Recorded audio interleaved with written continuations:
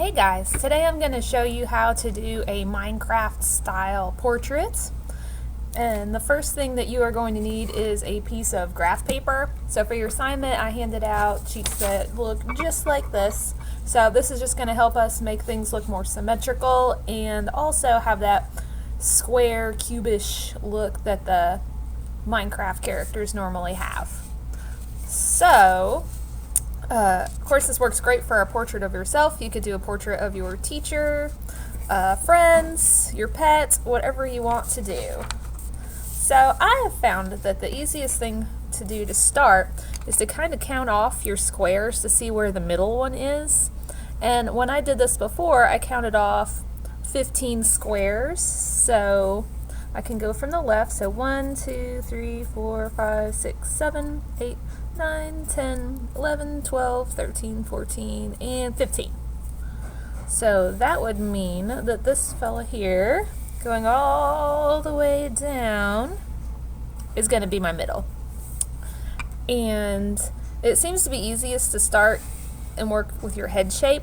Now you can lightly just sketch how you would normally draw on there, and then you can go back in and fill in your cubes. So that is the easiest. So I start off with kind of a basic head shape with my pencil. Figure out where my eyes are going to be. So if this is my middle,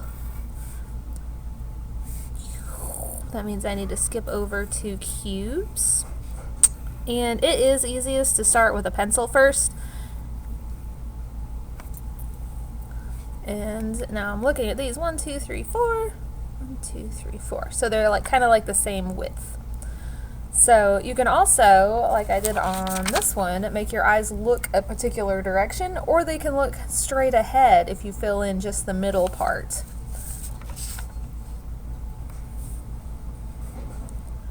So let's see here. I'll have myself looking down and to the left on this one. And I will fill this one in so you guys can see it a little better. Now you can use colored pencils to do this. You can use crayons, washable markers. I'm a big Sharpie fan. So let's see here. What I can do is just start by outlining this, and this will give you guys an idea. So the trick with these is to make sure whenever you fill in an area with color that you fill in that whole square. If you fill in just like half of the square, it might start looking a little bit rounder, and we want that really simplified, blocky look that we get.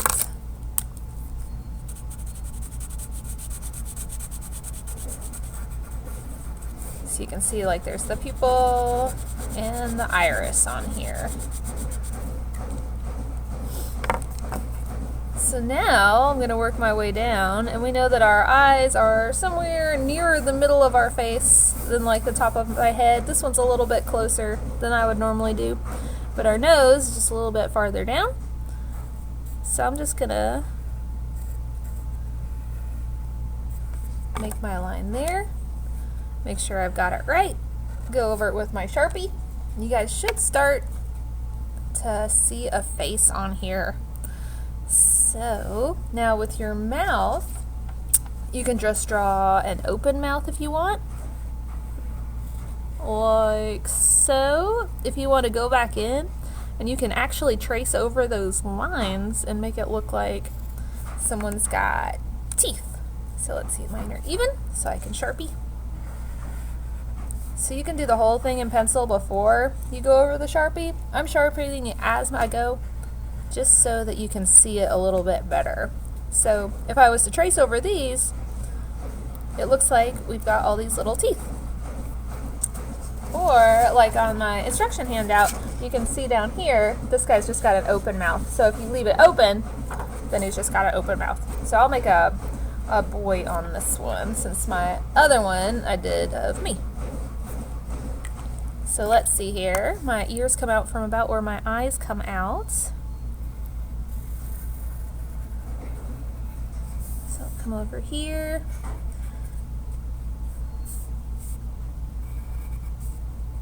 And just check that out so I can line everything up. So here's this ear. He's got kind of big ears. That's okay.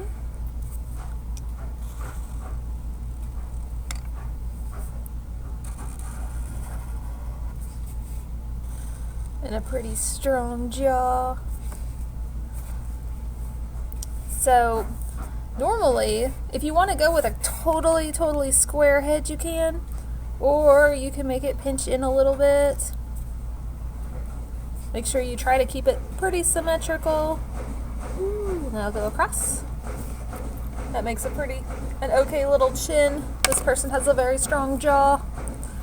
So let's see here. Maybe I do some spiky hair.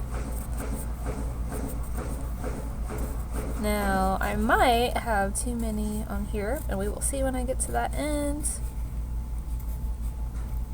Whoop, and we've just got one little spike there, and I think I'm going to make his hair come up like here.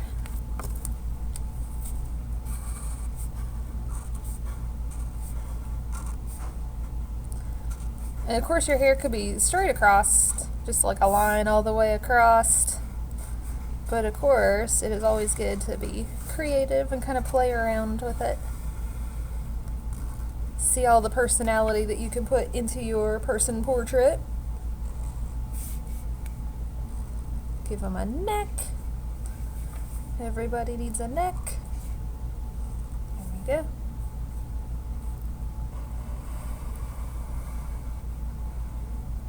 And remember, it is easier to draw it with a pencil first, because if I make a mistake on here, I cannot erase it. The Sharpie is there forever. So right now, I'm giving him some little arms. That's about 4 blocks wide. 1, 2, 3, 4. And you can do this with any graph paper. It doesn't have to be this particular size. You could have bigger squares. You could have smaller squares. That's a bit more complicated. So now we've got his t-shirt, and you can kind of see his arms down there.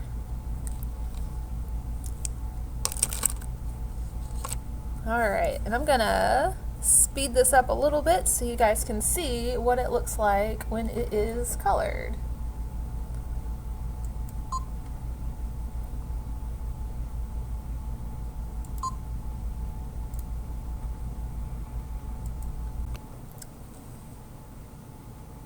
Alright, so on this one I used colored pencils to do all his colors, and you can kind of see there's a big difference between using a marker and a colored pencil. So colored pencil is definitely a lot lighter, so it depends on whether you want it to be really bold or a little bit pastel. So after you do yours, make sure you go in and you just color in whatever space is left around him, and also make sure you outline your little sections of colors. So the more computery, the more square they are, the better for this particular project.